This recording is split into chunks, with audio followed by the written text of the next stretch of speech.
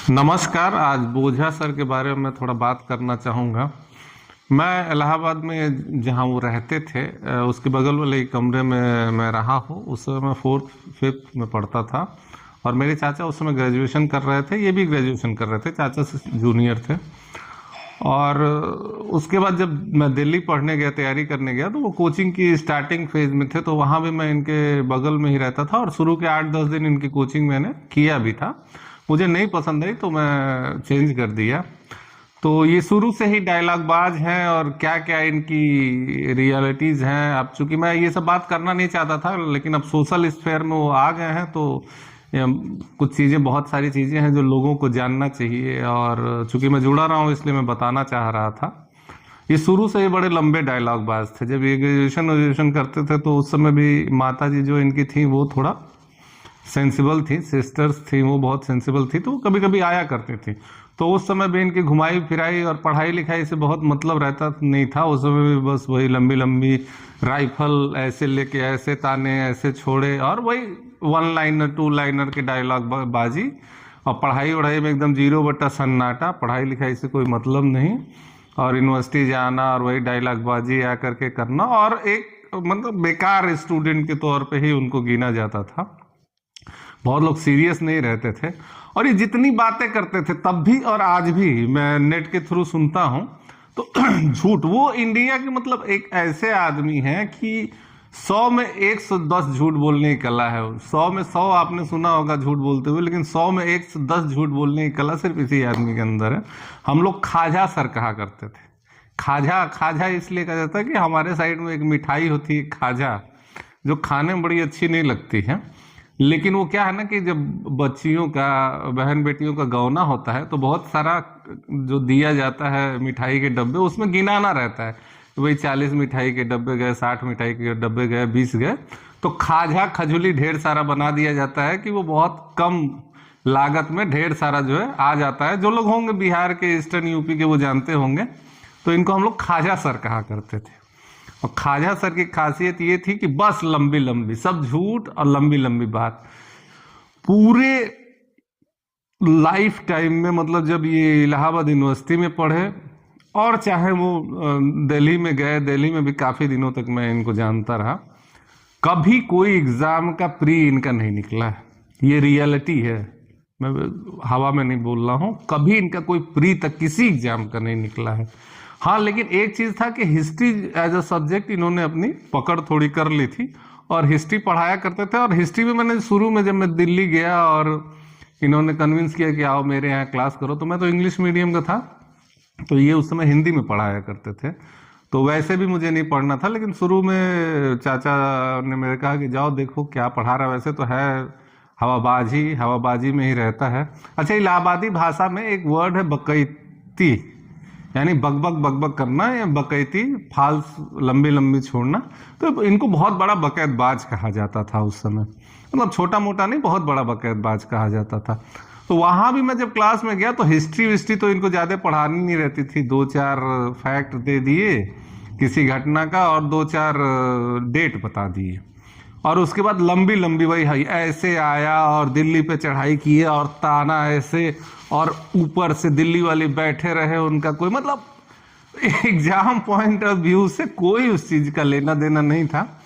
Social media पे जब ये आए तो सोशल मीडिया में तो ऐसे ही डायलॉग वाली चीजें ज्यादा लोग पसंद करते हैं। 1 लाइनर्स 2 लाइनर्स, राजा बना दो, प्रजा बना दो, ये कर दो वो कर दो। और कोई भी बाद में ये बाजीराम ज्वाइन किए होंगे, उसकी मैं कहानी नहीं जानता हूं। मुझे नहीं मालूम कितने स्टूडेंट इनके पढ़ाए हुए बाजीराम के तो बहुत सारे लड़के होते रहते हैं, लेकिन जो ये हवाबाजी करते हैं कि इतने लड़के मुझे इतने आईएएस जानते, इतने आईपीएस जानते, ये सब फर्जी बात है ना। बाजीराम से हुए होंगे तो जरूर जानते होंगे, कुछ जानते होंगे, लेकिन 1100-1500 जो डाटा उठा देते हैं, सब फर्जी बात है। और इनके टाइम का तो कोई इनके साथ का हुआ भी नहीं होगा आईएएस, कोई भी नहीं। एक पीसीएस हुए थे और संख्यक विकास अधिकारी, उनकी बात कभी कभी ये कोट करते हैं कि मैं शादी करने जा रहा था तो मैंने फोन किया पीसीएस से फलाने, और तो उन्होंने कहा कि करो पैसे, कोई दिक्कत नहीं, पैसा भेजूंगा। वो सब मतलब जितनी कहानियां सुनाते हैं ना लाइफ वाली, वो सारी मनगढ़ंत कहानियां होती हैं, उनमें कोई भी रियलिटी नहीं होती है। अपन इसीलिए मैं कहता हूं कि 100 में मैं क्या हूं, वो इलाहाबाद में ही लोग कहते थे कि 100 में 110 झूठ बोलने वाला खाजा।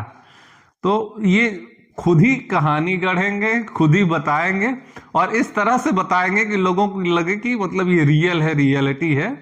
कुछ कह लीजिए, कुछ मोटिवेशनल स्पीकर टाइप के, या आप कह सकते हैं कि जो नेटवर्क मार्केटिंग वाले होते हैं ना, जो BMW का ख्वाब दिखाते हैं कि तुमको BMW चाहिए, तुमको ये चाहिए, आजकल सोशल मीडिया पे बहुत चलता है। तो UPSC वालों को भी इसी तरह से ये बस ख्वाब दिखाते रहते हैं। और ये कट्टा बम बंदूक की लंबी लंबी बात करते हैं, वो सब झूठी बातें हैं, उसमें कोई सच्चाई नहीं है। ढंग से कोई कट्टा निकालते तो ये कहाँ जाएंगे, उसका पता नहीं। मुंह से जितना चलवा लो, कट्टा बम बारूद गोला और हवाई जहाज और जेट एयरवेज सब ही चला देंगे।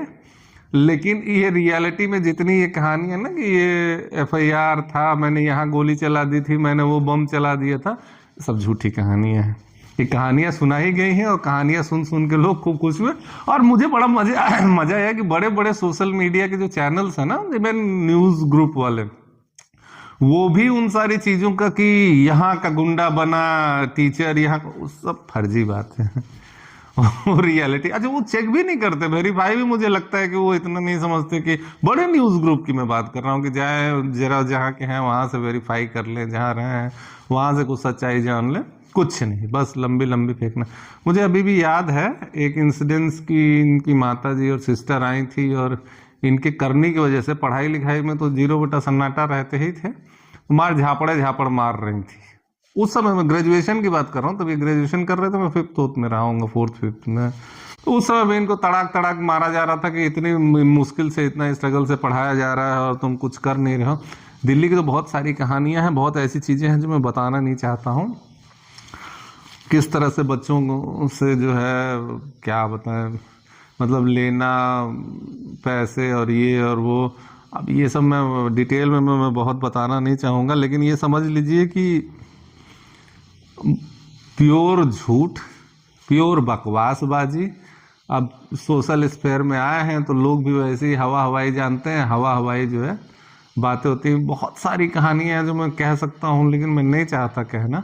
लेकिन मोटा मोटी थोड़ा सा मेरे विश्वास करिए और मान लीजिए कि सब झूठ और बकवासबाजी है और कुछ नहीं है, सब डायलॉगबाजी है। तो हवा में ही अपना ही बना के कहानियां और अपनी लंबी लंबी रचनाएं गढ़ के और डायलॉग बनना, राजा बनाना और ये बनाना, और राजा ऐसा होता है, राजा वैसा होता है और इनको कोई कुछ नहीं कर सकता। अच्छा, शुरू में ये कोशिश किए कि भाजपा से मिल जाए, पूरा ट्राई किए, भाजपा ने लिफ्ट नहीं दिया। फिर समाजवादी पार्टी की खूब बड़ाई की, उसने भी लिफ्ट नहीं दिया। तो अब नया में जो है अपना जैक जुगाड़ लगा के लंबी लंबी छोड़ छाड़ के पहुंच गए। वो ऐसी पार्टी है कि उसमें कई लोग ऐसे झूठ बोलने वाले हैं और कई लोग उसी तरह से वो चला रहे हैं। तो उनमें वो सूट भी कर गया, मैच कर गया, वो बैठ गया वहां पे।